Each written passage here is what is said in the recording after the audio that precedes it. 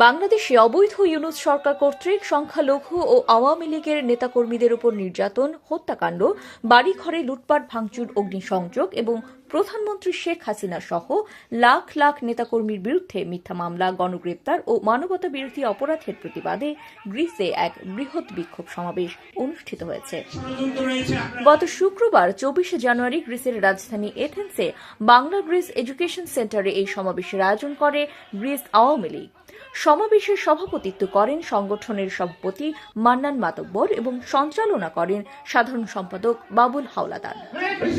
প্রধান অতিথি হিসেবে ভার্চুয়ালি সংযুক্ত হন বাংলাদেশ আওয়ামী লীগের সভাপতি সাবেক প্রধানমন্ত্রী শেখ হাসিনা। বক্তব্যে তিনি বলেন, আমরা সব ষড়যন্ত্র মোকাবিলা করব, আমাদের ঐক্যবদ্ধ থেকে জনগণের জন্য কাজ করতে হবে।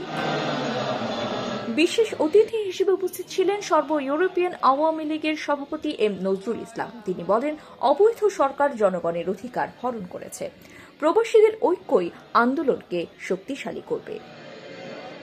অন্যান্য বক্তাদের মধ্যে বক্তব্য রাখেন বাংলাদেশ কমিউনিটি ইন গ্রিসের সাবেক সভাপতি গোলাম মাওলা আব্দুল কুদ্দুস, গ্রিস আওয়ামী লীগের উপদেষ্টা আহসান উল্লাস, সাবেক সভাপতি রকিব মৃধা এবং সাবেক সাধারণ সম্পাদক মিজানুর রহমান আলফা, সহ সভাপতি আলা আমিন শেখ, আবিদ হানজালা, গোলাম কিবরিয়া বাবলু, মিজান দুলাল, যুগ্ম সাধারণ সম্পাদক রানা মল্লিক, সোফান বেপারী, সাংগঠনিক সম্পাদক রফিক হাওলাদার রফিজ, প্রচার সম্পাদক লতিফ মোল্লা, আপ্যায়ন বিষয়ক সম্পাদক নুরুজ্জামান শিকদার, গ্রিস এডুকেশন সেন্টারের সভাপতি দাদন মৃধা, গ্রিস আওয়ামী যুবলীগের আহ্বায়ক কামরুল ইসলাম, গ্রিস ছাত্রলীগের সাধারণ সম্পাদক মোমিন খান প্রমুখ।